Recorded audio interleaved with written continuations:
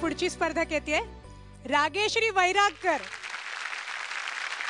कशी आहेस रागेश्री? मस्त मजेत. तू गोड दिसतेस आज खूप. थँक्यू. आणि आता आपल्याला सारेगमपच्या स्टेजवर गायचंय. आतून अशा उकळ्या फुटतायत की नाही आनंदाच्या, दिसतातच आहेत त्या. चंदाराणी चंदाराणी कागद दिसते सतकल्या वाणी. चंदाराणी चंदाराणी कागद दिसते सतकल्या वाणी. चंदाराणी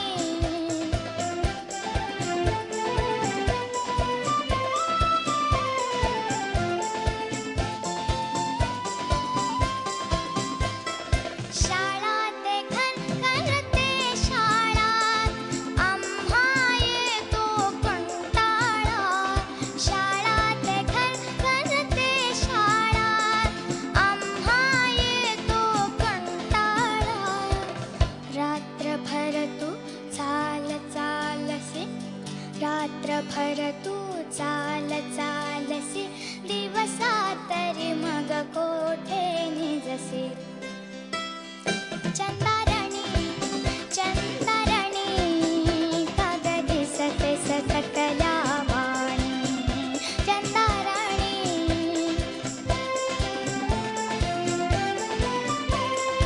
वारा वादळ छप्पन वेळा वारा वादळ छप्पन वेळा थारा नाही आभाळात थारा नाही आभाळात.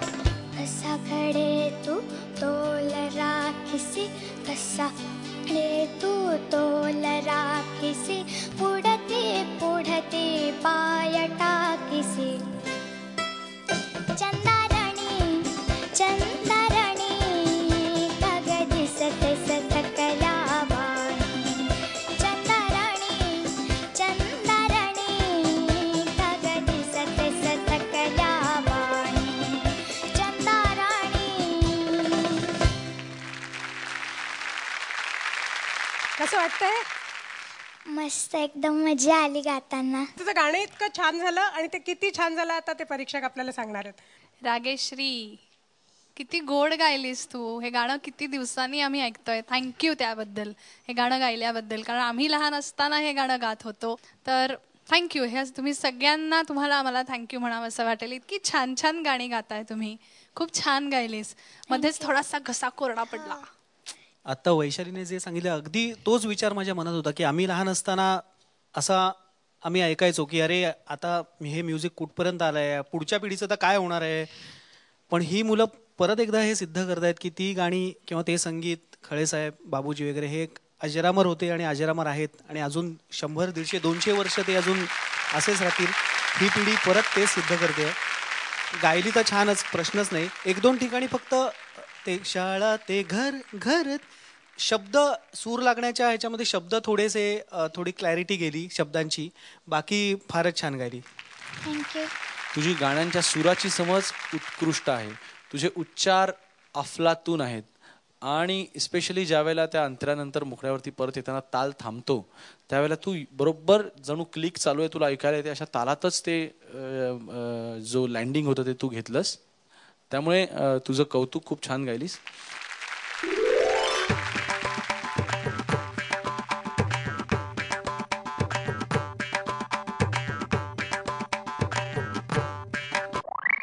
दोन ध मिळालेले आहेत. Very good. आणि वरून मिळाले. Okay Rajeshri, all the best. Ajit, Zee टॉकीजचं पहिलं प्रोडक्शन 3.5 आणि पुढचं दे धक्का. दोन्ही चित्रपटांना म्युझिक तुझंच आहे. दोन्ही चित्रपट खूप फेमस झालेली आहेत. आणखीन गाण्याच्या बाबतीत तर they have been runaway hits. तर मला एक विचारायचं की ओव्हरऑल एक्सपिरियन्स ह्या फिल्म्सचा कसा होता आणि Zee talkies as a production house त्याचा एक्सपिरियन्स कसा होता? सर्वप्रथम मी स्वतःला एवढा भाग्यवान समजतो की झी टॉकीजचे पहिले दोन्ही चित्रपटांचा मी एक भाग आहे. 3.5ने मराठी चित्रपटाचे सगळे रेकॉर्ड तोडले. दे धक्काने 3.5चे सगळे रेकॉर्ड तोडले. आणि झी टॉकीजचे खास करून मी या बाबतीत अभिनंदन करतो की मला नाही वाटत की झी टॉकीजने हे दोन्ही चित्रपट ज्या प्रकारे घराघरात पोचवले, त्यांचं मार्केटिंग किंवा त्यांची पब्लिसिटी, मला वाटत नाही आत्तापर्यंत कुठल्याही मराठी चित्रपटाची पब्लिसिटी किंवा मार्केटिंग अशा प्रकारे झालं आहे. आणि यासाठी झी टॉकीजला हॅट्स ऑफ. आणि मला असं वाटतं की हे जे आपले लिटल चॅम्प्स आहेत, आजपासून 8-10 वर्षानंतर किंवा 12 वर्षानंतर जेव्हा हे प्रोफेशनल सिंगर्स होतील, तेव्हा तू एक एस्टॅब्लिश्ड नामवंत म्युझिक डायरेक्टर असशील आणि तुझ्यासाठी मे बी ह्यातली काही मुलं येऊन प्लेबॅकसाठी येतील तुझ्याकडे. त्यांना आणखीन त्यांच्या पालकांना अशी एक काय गोष्ट तू सांगू इच्छितोस विच एन्श्युअर्स की 12 वर्षांनी हे तुझ्याकडे गायला येतील?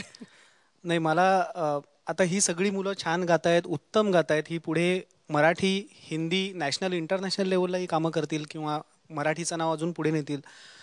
मला एक गोष्ट या सगळ्या म्हणजे कॉम्पिटिशन ही पाहताना असं फार वाटत होतं ह्या मुलांच्या बाबतीत की सगळ्यात महत्त्वाचा आत्ता त्यांचा जो सगळ्यात मोठा प्लस पॉईंट आहे की त्यांनी गाण्यातला जो इनोसन्स आहे त्यांच्या, तो जर का तसाच जपला अजून पुढची 15, 20, 25 वर्ष, तर त्यांना कोणी थांबवू शकत नाही. आणि पालकांना म्हणजे मी त्यांचा एक मोठा दादा या नात्याने सांगू इच्छितो की या मुलांवरती पालकांच्या खूप अपेक्षा असतात आपल्या मुलाकडून. त्याने सोनू निगम व्हावं, किशोर कुमार व्हावं आणि अजून काय काय सचिन तेंडुलकर व्हावं. पण त्यांना आत्ता ते लहान आहेत, तर लहानांसारखंच आपण वागवूया आणि अपेक्षांचं ओझं त्यांचं एवढंही होऊ नये. कारण आपण असे बघितलेले टॅलेंट की लहानपणी जी एवढी प्रॉमिसिंग होती आणि अनफॉर्च्युनेटली त्यांचं तेवढं पुढे तसं काही झालं नाही. तर त्यामुळे ही जबाबदारी त्यांच्यापेक्षा पालकांची जास्त आहे की त्यांनी ते कशा प्रकारे आपल्या मुलाला म्हणजे करिअर प्लॅन बिन करणं ह्या फार पुढच्या गोष्टी असतात. पण त्यांनी ते तेवढं ओझं आत्ता या वयात त्यांच्यावरती टाकू नये. खरं तर सारेगम ही त्यांना एक्सपोजर लोकांसमोर येत आहेत ते वगैरे सगळी चांगली गोष्ट आहे, पण त्याहीपेक्षा एक हे शिकण्याची प्रोसेस आहे, या दृष्टीने ते त्यांनी घेतलं तर जास्त बेटर आहे. अवधूत, वन्स मोर हो जाए यार, क्या बात है.